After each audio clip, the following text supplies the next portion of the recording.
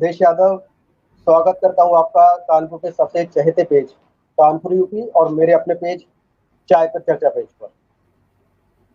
दोस्तों, अब तक के लाइव सेशन में हम सभी ने famous cardiologist, orthopaedics, joint replacement surgeon, eye surgeon, retina surgeon और पेडिट्री को सुना और देखा। उनको काफी कुछ नॉलेज मिली हम लोगों को उनसे। आज हमारे साथ जुड़ी हैं doctor Sheela Sharma ma'am. Doctor Sharma highly qualified, experienced diagnologist.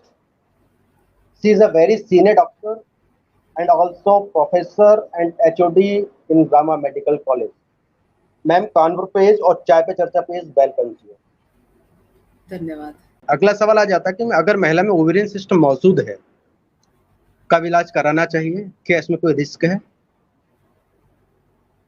उसके कॉम्प्लिकेशंस हो सकते हैं कि उसका साइज बढ़ सकता है, उसमें हीमरेज हो सकता है, उसमें ट्विस्ट हो सकता है, टॉर्शन हो सकता है, या ये उसके अंदर ब्लीड होके वो हीमरेजिक सिस्ट बन सकती है, या फिर वो बिनाइन ट्यूमर का ट्रांसफॉर्मेशन होके वो मैलिग्नेंट सिस्ट बन सकती है। इसलिए हर सिस्ट को डायग्नोज करना है और उसका फॉलो अप रखना है।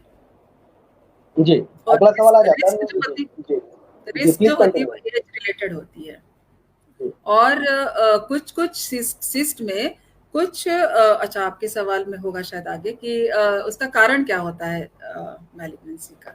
हाँ, ठीक है, आगे बढ़ते हैं। अगला जो सवाल आ जाता है कि जो ओवेरियन सिस्ट है, इसका जो बचाव है वो महिला कैसे कर सकती है? बचाव के लिए जो है पहले कहा जाता था कि जिनके बच्चे नहीं हुए हैं या फिर जिन्होंने कभी ब्रेस्ट फीडिंग नहीं किया है, उन महिलाओं को ओवेरियन ट्यूमर की संभावना ज्यादा रहती थी।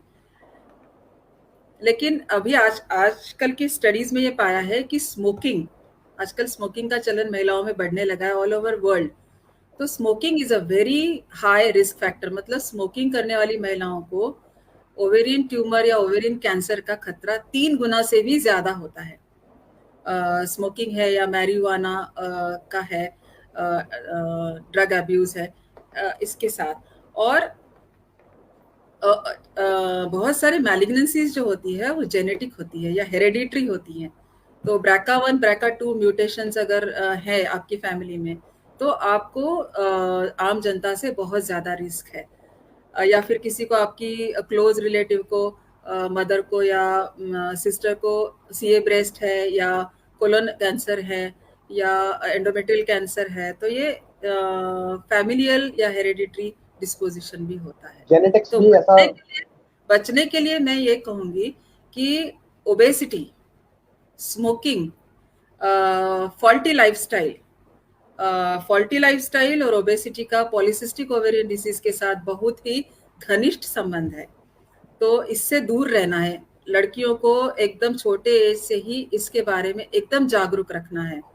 और बाकी जो है, अगर फॉलिकुलर सिस्ट या मतलब फंक्शनल सिस्ट से बचना है तो उसका एक आसान तरीका होता है कि आप ओरल कॉन्ट्रासेप्टिव पिल्स अगर रेगुलरली यूज कर रहे हैं तो फंक्शनल सिस्ट से आपको बचाया जा सकता है। तो only preventive measure for functional cyst is keeping your thyroid under control और हार्मोनल इम्बैलेंस अंडर कंट्रोल, और ओरल कॉन्ट्रासेप्टिव पिल्स लेने से काफी हद तक इसमें 50% तक बचा जा सकता है।